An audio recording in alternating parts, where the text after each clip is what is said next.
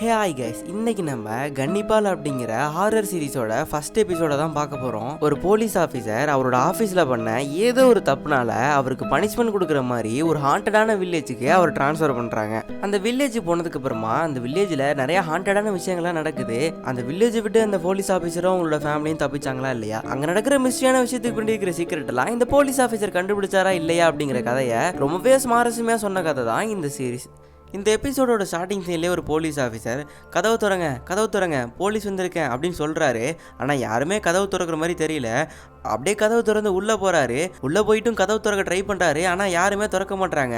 அப்போ அவர் எனக்கு தெரியும் நீங்களாம் நரமாவசை சாப்பிட்றவங்க அப்படி சொல்லிட்டு கத்திக்கிட்டே இருக்காரு. அப்படியே கட் பண்ணி ஒரு குகைக்குள்ளே தான் காமிக்கிறாங்க. அங்கே அவர் எதையோ தேடிட்டு இருக்க மாதிரி தான் காமிக்கிறாங்க. நான் கண்டுபிடிச்சிட்டேன் அப்படி சொல்லிட்டு அவர் சொல்லிட்டு இருக்கும் போது ஏதோ ஒன்று வந்து அவர் இழுத்துட்டு போகுது. அப்படியே கட் பண்ணி டைட்டில் போடுறாங்க. அப்படியே நம்ம ஹீரோவை தான் காட்டுறாங்க. இவருக்கு புதுசாக போஸ்டிங் போட்டிருக்க அந்த ஊருக்கு தான் போயிட்டு இருக்காரு. அப்படியே அந்த ஊருக்கு வந்து சேர்றாங்க. அங்கே உள்ள எல்லார்ட்டையும் தன்னை இன்ட்ரோடியூஸ் பண்ணிக்கிறாரு. நான் தான் உங்க ஊருக்கு புதுசாக வந்திருக்க போலீஸ் ஆஃபீஸர், இதுதான் என்னோட ஒய்ஃப், இதுதான் என்னோட டாட்டர் அப்படி சொல்லிட்டு அவர் இன்ட்ரோடியூஸ் பண்ணிட்டு அவங்க கூட கொஞ்சம் நேரம் பேசிட்டு இருக்காரு. அந்த ஊர்ல உள்ள எல்லாருமே நம்ம ஹீரோவை வித்தியாசமா தான் பார்த்துட்டு இருக்காங்க. இங்க எப்படி சீன் கட் ஆகுது. அப்படியே அன்னைக்கு நைட் ஆகுது. ஹீரோட ஒய்ஃப் அங்க உள்ள பொருள் எல்லாத்தையும் அடுக்கி வச்சிட்டு இருக்காங்க. அப்ப அவங்க கையில ஒரு பாக்ஸ் கிடைக்குது. இந்த பாக்ஸ் உன்னோடதா அப்படி சொல்லிட்டு நம்ம ஹீரோட வந்து கேக்குறாங்க. நம்ம ஹீரோவும் சொல்றாரு இது என்னோட இல்ல, இதுக்கு முன்னாடி இங்க ஒரு ஆபீசர் இருந்தார்ல அவரோட தான் அப்படி சொல்லிட்டு சொல்றாங்க.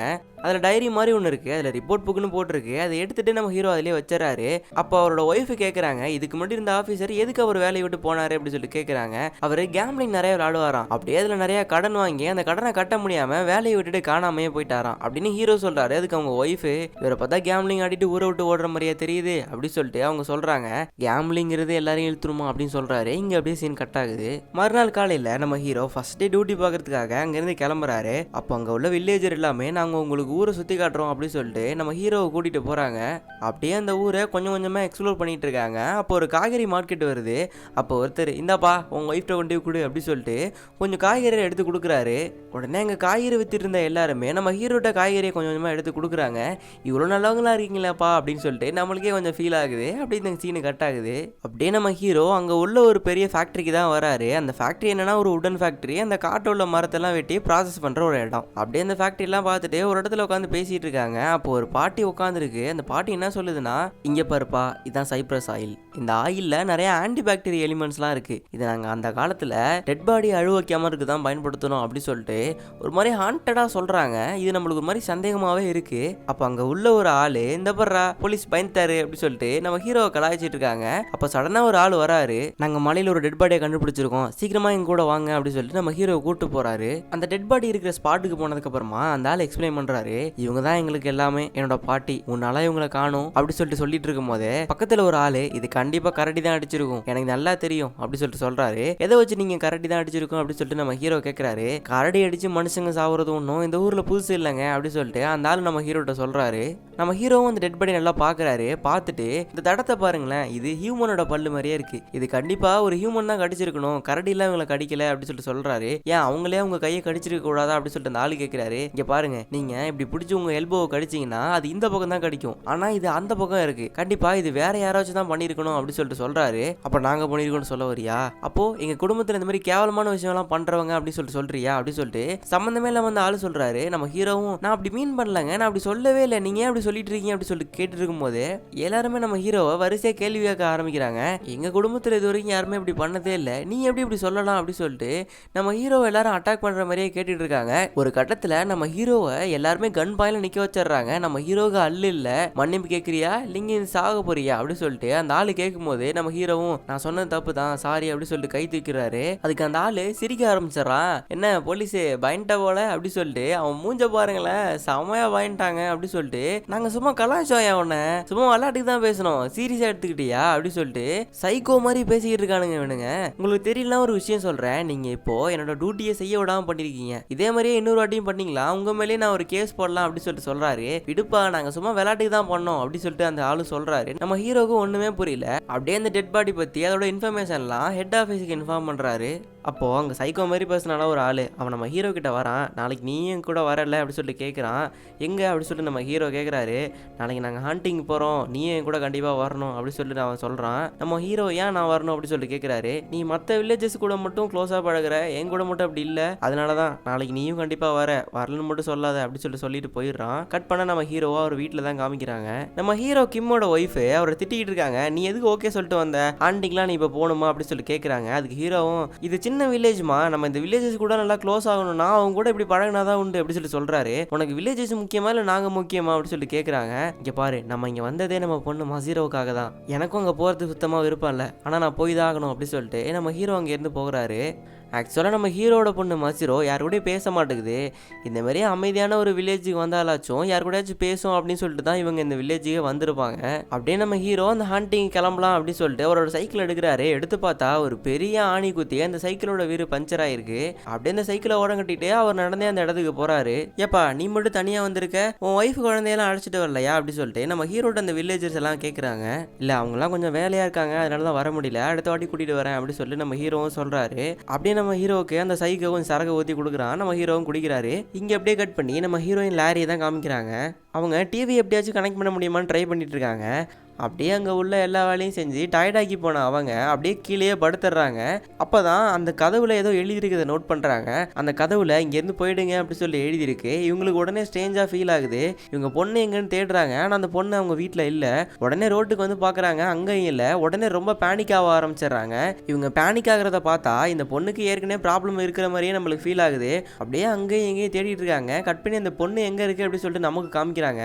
அந்த பொண்ணு ஒரு பூனையை துரத்திட்டு அது பின்னாடியே ஓடிக்கிட்டு இருக்கு. அப்படியே அந்த பூனை ஒரு பாலத்துக்கிட்ட போய் நிக்குது. இந்த பொண்ணு அவங்க கிட்ட போறாங்க. அங்கே போனதுக்கப்புறம் அந்த பொண்ணு எதையோ பார்த்துட்டு அப்படியே ஸ்டன் ஆகி நிற்கிது. அந்த பொண்ணு என்ன பார்த்துட்டு இருக்கு அப்படின்னு சொல்லிட்டு நமக்கு காமிக்கிறாங்க. ஒரு மனுஷன் மாதிரி உள்ள ஒரு உருவம் ஒரு அனிமல் மாதிரி அங்கே உள்ள தண்ணியை ஒரு மாதிரி வித்தியாசமாக குடிச்சிக்கிட்டு இருக்கு. இதை பார்த்ததுக்கப்புறமா அந்த பொண்ணு அங்கேயே நின்றுகிட்டு இருக்கு. அந்த பொண்ணு நிற்கிறத பார்த்து அந்த உருவம் அப்படியே கிட்ட வருது.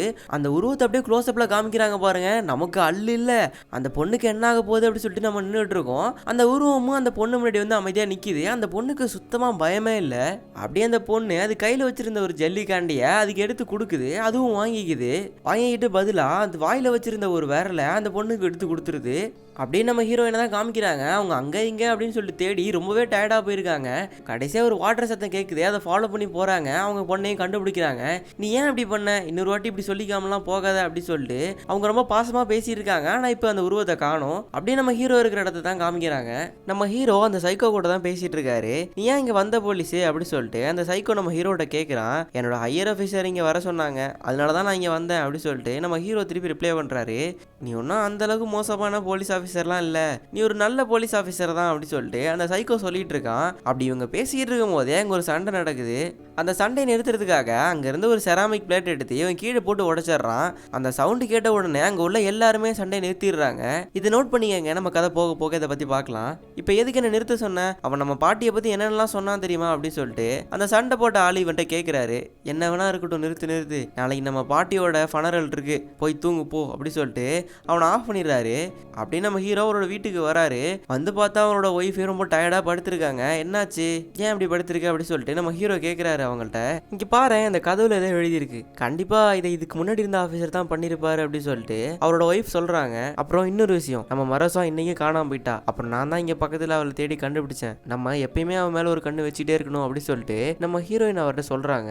அப்போ நம்ம கிம்மு அவரோட பொண்ணை பார்க்கலாம் அப்படி சொல்லிட்டு அவரோட ரூமுக்கு போகிறாங்க. அந்த பொண்ணு நம்ம கிம்மு போனோடனே ஏஞ்சி உக்காந்துருது. அப்படியே அதோட கேண்டி பாக்ஸ் எடுத்து நம்ம கிம்கிட்ட கொடுக்குது. நம்ம கிம்மோ அதில் கேண்டி தான் இருக்கும் அப்படி சொல்லிட்டு அதை திறந்து பார்க்குறாரு. அதுக்குள்ளே ஒரு மனுஷனோட விரல் இருக்குது. அப்படியே பயந்து அது கீழே போட்டுறாரு. இது உனக்கு எங்கே கிடச்சிது அப்படி சொல்லிட்டு நம்ம கிம் அந்த பொண்ணுகிட்ட கேட்டுட்டு இருக்காரு. அப்படி கேட்டுட்டு இருக்கும் போதே அவரோட ஒய்ஃப் அங்கே வந்துடுறாங்க. நம்ம கிம் அந்த விரலை அவரோட ஒய்ஃப்கிட்டேருந்து மறைச்சிடுறாரு. இங்கே அப்படியே சீன் கட் ஆகுது.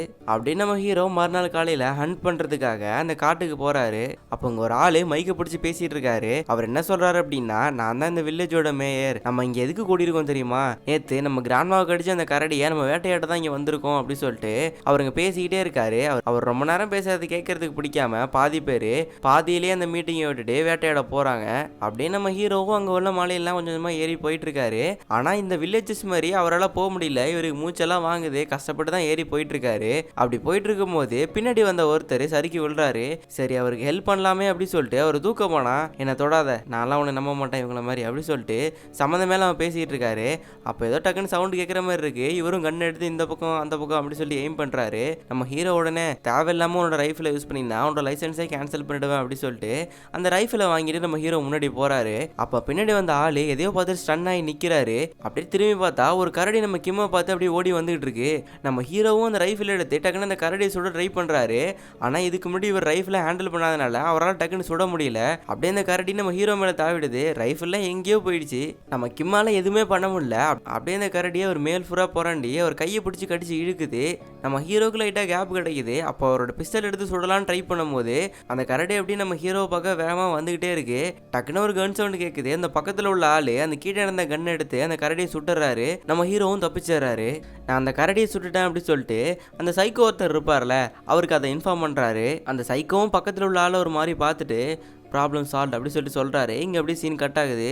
அடுத்த சீன்லேயே அந்த கரடியோட குடலை கிழிச்சு அதில் அந்த பாட்டியோட கிளாஸ் இருக்கிறத பார்க்குறாங்க. அதை நம்ம ஹீரோவும் ஃபோட்டோ எடுத்து அவரோட ஹையர் ஆஃபீஸருக்கு அமைச்சிடுறாரு. அதுக்கப்புறமா அங்கே உள்ள எல்லாருமே கரடியை சுற்றி உட்காந்து ப்ரே பண்ணிவிட்டு அந்த கரடியை அறுத்து கொஞ்சம் கொஞ்சமாக சாப்பிட ஆரம்பிச்சிடுறாங்க பச்சையாகவே. அதில் அந்த சைக்கோ ஒரு பீஸை நம்ம ஹீரோவை கட் பண்ணி கொண்டாந்து கொடுத்துட்டு இதை நான் கண்டிப்பாக சாப்பிட்ணும், இதை நீ சாப்பிட மாட்டேன்னு மட்டும் என்கிட்ட சொல்லாத, நான் செம கடுப்பாயிடுவேன் அப்படி சொல்லிட்டு சொல்கிறான். இது நாங்கள் ஏன் சாப்பிட்றோம் தெரியுமா, எங்கள் பாட்டியே இந்த கரடி சாப்பிட்ருக்கு, எங்கள் பாட்டியோட ரத்தமும் இந்த கரடிக்குள்ளே ஓடுது, இதை சாப்பிட்டாதான் அவங்க ஆத்மா சாந்தி அடையும் அப்படி சொல்லிட்டு நாங்கள் நம்புகிறோம், சாப்பிடு அப்படி சொல்லிட்டு போயிடுறான்.